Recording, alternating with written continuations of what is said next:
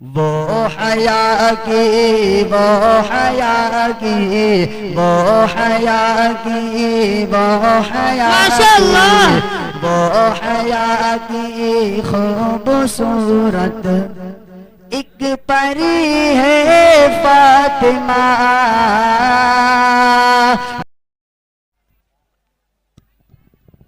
ماشاءاللہ. اب میں اس کے بعد تقریر کے لیے محمد ریحان بھائی کو دعوت دیتا ہوں، وہ آئیں اور تقریر سے ہم سب کے دلوں کو مستفید فرمائیں.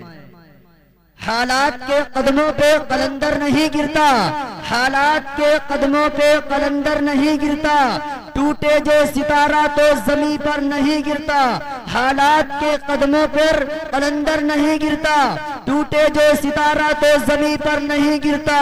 گرتے ہیں سمندر میں بڑے شوق سے دریا، گرتے ہیں سمندر میں بڑے شوق سے دریا، لیکن کسی دریا میں سمندر نہیں گرتا. ریحان بھائی مائک پر. السلام علیکم ورحمۃ اللہ وبرکاتہ. الحمدللہ الحمدللہ الحمدللہ رب العالمین والصلاة والسلام على رسوله الكريم. أما بعد، أعوذ بالله من الشيطان الرجيم. بسم الله الرحمن الرحيم. إن كنتم تحبون الله فاتبعوني يحببكم الله ويغفر لكم ذنوبكم والله غفور رحيم. محترم حضرات، اللہ تعالیٰ کا ہمارے اوپر کتنا بڑا احسان ہے کہ اس نے ہمیں انسان بنایا اور انسانوں میں بھی اسلام کے ماننے والوں میں پیدا کیا. اسلام کی دولت بہت بڑی دولت ہے.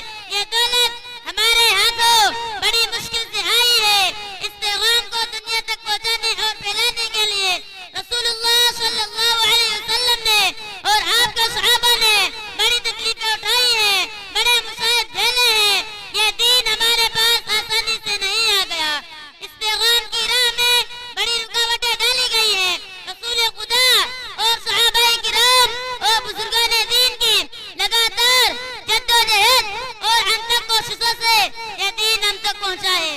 خدا کے آخری رسول صلی اللہ علیہ وسلم کے دلوں میں انسانوں کی بھلائی اور انہیں راہ مستقیم کی جانب گامزن کرنے کی کتنی لگن تھی، اس کا اندازہ نہیں لگایا جا سکتا.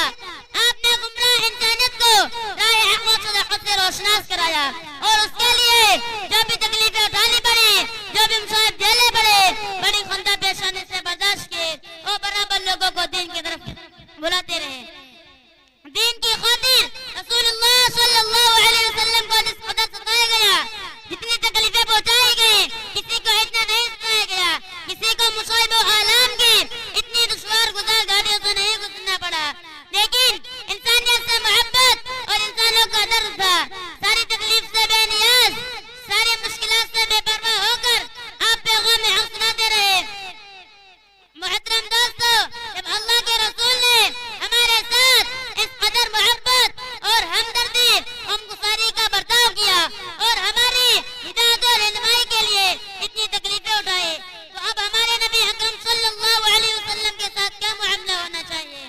کیا یہ ہماری احسان بندی اور احسان سنسی کا تقاضا نہیں ہے کہ ہم اللہ کے رسول کی محبت سے خود کو ایک لمحہ الگ نہ کریں؟ یقیناً ایسا ضرور ہونا چاہیے. یہ فطرت کا تقاضا اور فطرت کی آواز ہے. حضرت علی رضی اللہ عنہ سے ایک بار کسی نے پوچھا، آپ کو حضور سے کتنی محبت تھی؟ فرمایا، خدا پاک کی قسم، حضور ہم لوگوں کے نزدیک اپنے مالوں، اپنی اولادوں، اپنے ماؤں اور سخت پیاس کی حالت میں ٹھنڈے پانی سے بھی زیادہ محبوب تھے.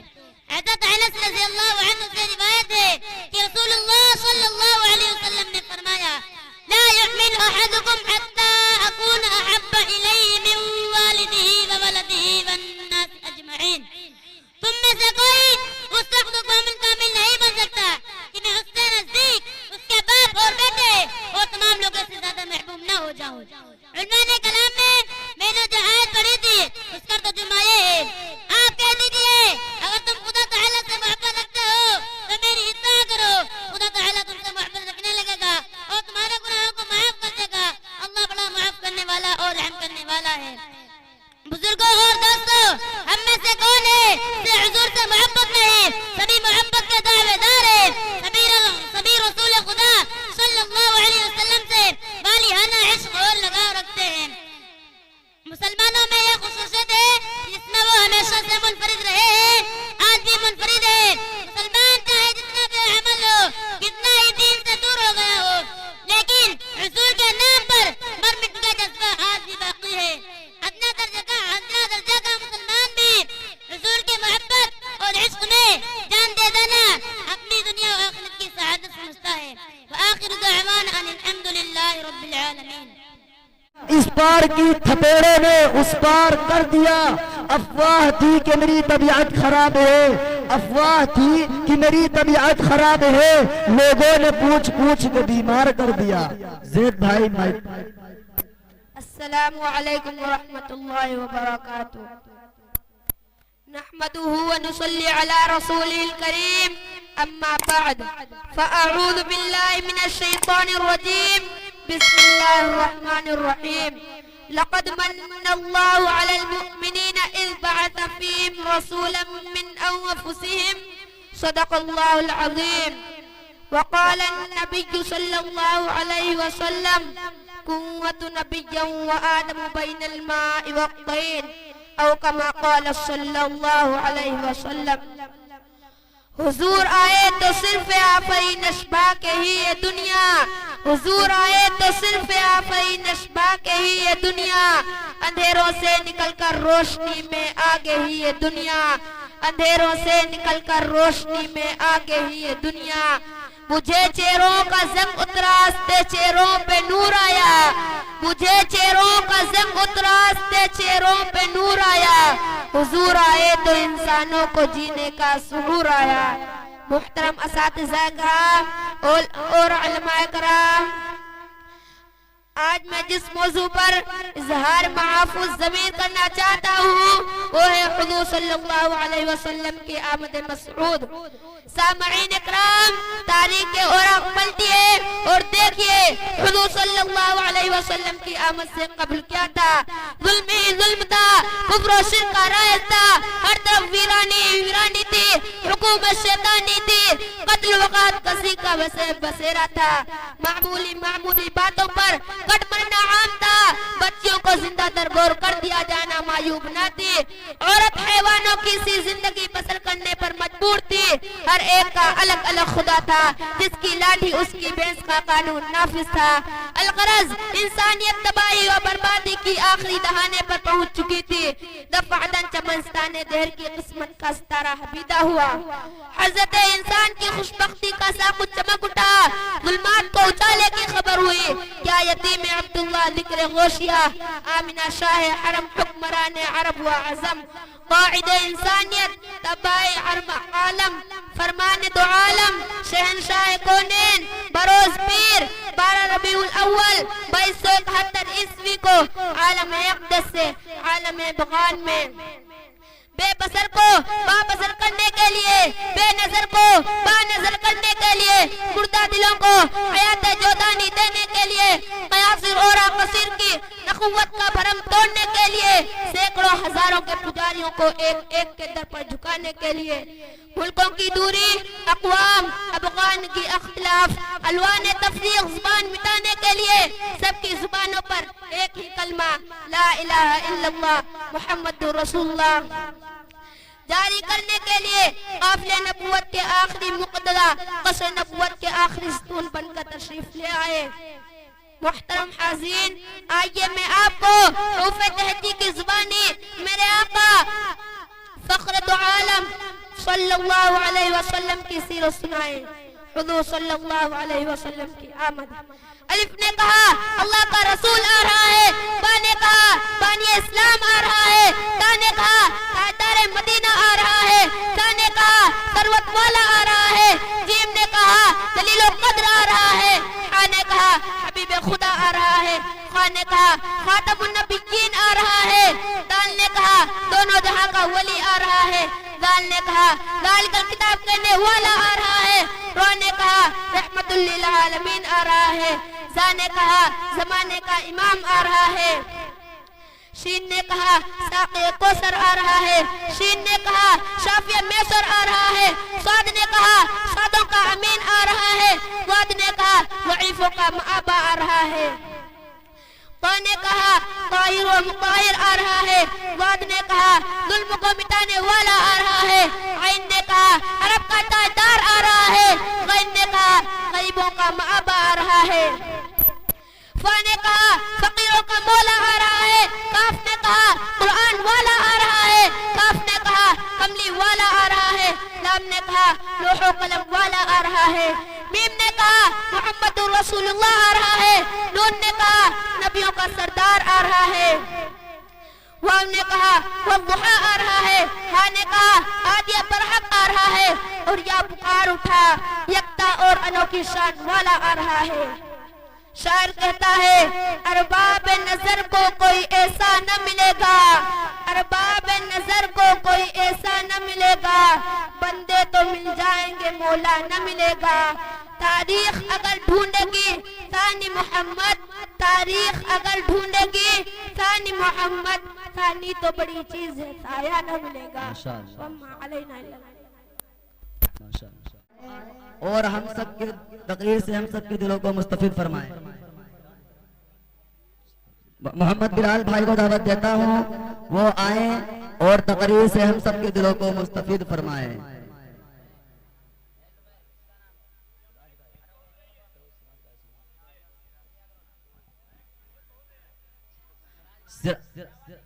محمد سراج بھائی کو دعوت دیتا ہوں وہ آئیں اور تقریر سے ہم سب کے دلوں کو مستفید فرمائے۔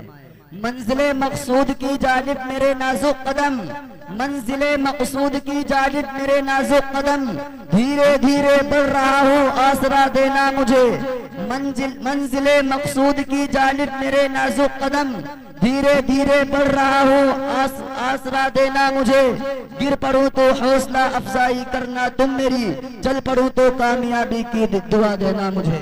سراج بھائی مائک پر۔ السلام علیکم ورحمۃ اللہ وبرکاتہ۔ الحمد للہ الذی علمنا ما لم نکن نعلم، والصلاة والسلام علی رسولہ الاکرم وعلی آلہ واصحابہ المحترم، اما بعد، قال اللہ تعالی اعوذ باللہ من الشیطان الرجیم، بسم اللہ الرحمن الرحیم، اقرأ وربك الأكرم الذي علم بالقلم علم الإنسان ما لم يعلم۔ صدر محترم حضرات کابر دوستوں اور بھائیوں، کسی شاعر نے کہا ہے علم وہ دولت ہے جو کبھی لٹتی نہیں، خرچ کرنے سے کبھی گھٹتی نہیں۔ محترم بزرگوں، روشنی کسے پسند نہیں، شب تحریک میں ماہتاب، اندھیرے کمرے میں گمگمے کسے اچھے نہیں لگتے۔ ٹھیک یہی بات علم پر صادق آتی ہے۔ وہ کون سی چیز تھی جس نے آدم علیہ السلام کو فرشتوں سے افضل بنا دیا؟ وہ کون سی طاقت ہے جو انسان کو اشرف المخلوقات بنائے ہوئے؟ وہ علم ہے۔ بھائیوں اور دوستوں، ہم مسلمان ہیں، اللہ اور اس کے رسول صلی اللہ علیہ وسلم پر ایمان رکھتے ہیں۔ واقعہ یہ ہے کہ اگر ہم علم نہیں رکھتے تو مسلمان ہو نہیں سکتے۔ مسلمان اور جاہل رہے، مسلمان اور ان پڑھ ہو یا ہو نہیں سکتا۔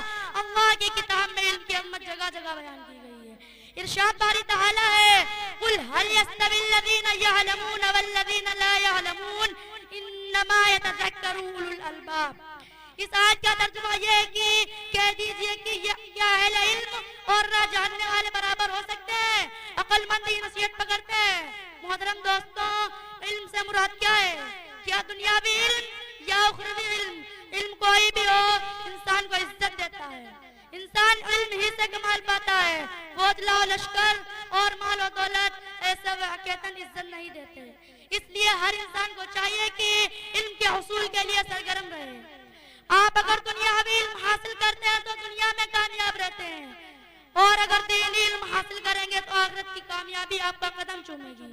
محترم دوستو، اگر آپ کچھ عقل والے ہیں، اگر آپ میں کچھ بھی دانشمندی ہو تو علم کے حصول کے لیے دوڑیں، خصوصاً دینی علم حاصل کریں، چاہے آپ کو کتنی تکلیفیں اٹھانی پڑے، مصائب جھیلیں، تکلیف اٹھائیں، راتوں کو نیند دیگر زحمتیں برداشت کریں پھر بھی علم کے اصول سے نہ بھاگیں، اسی میں کامیابی ہے۔ دعا ہے کہ اللہ تعالی ہمیں اور آپ کو علم کے اصول کی توفیق عطا فرمائے۔ وآخر دعوانا ان الحمد للہ رب العالمین۔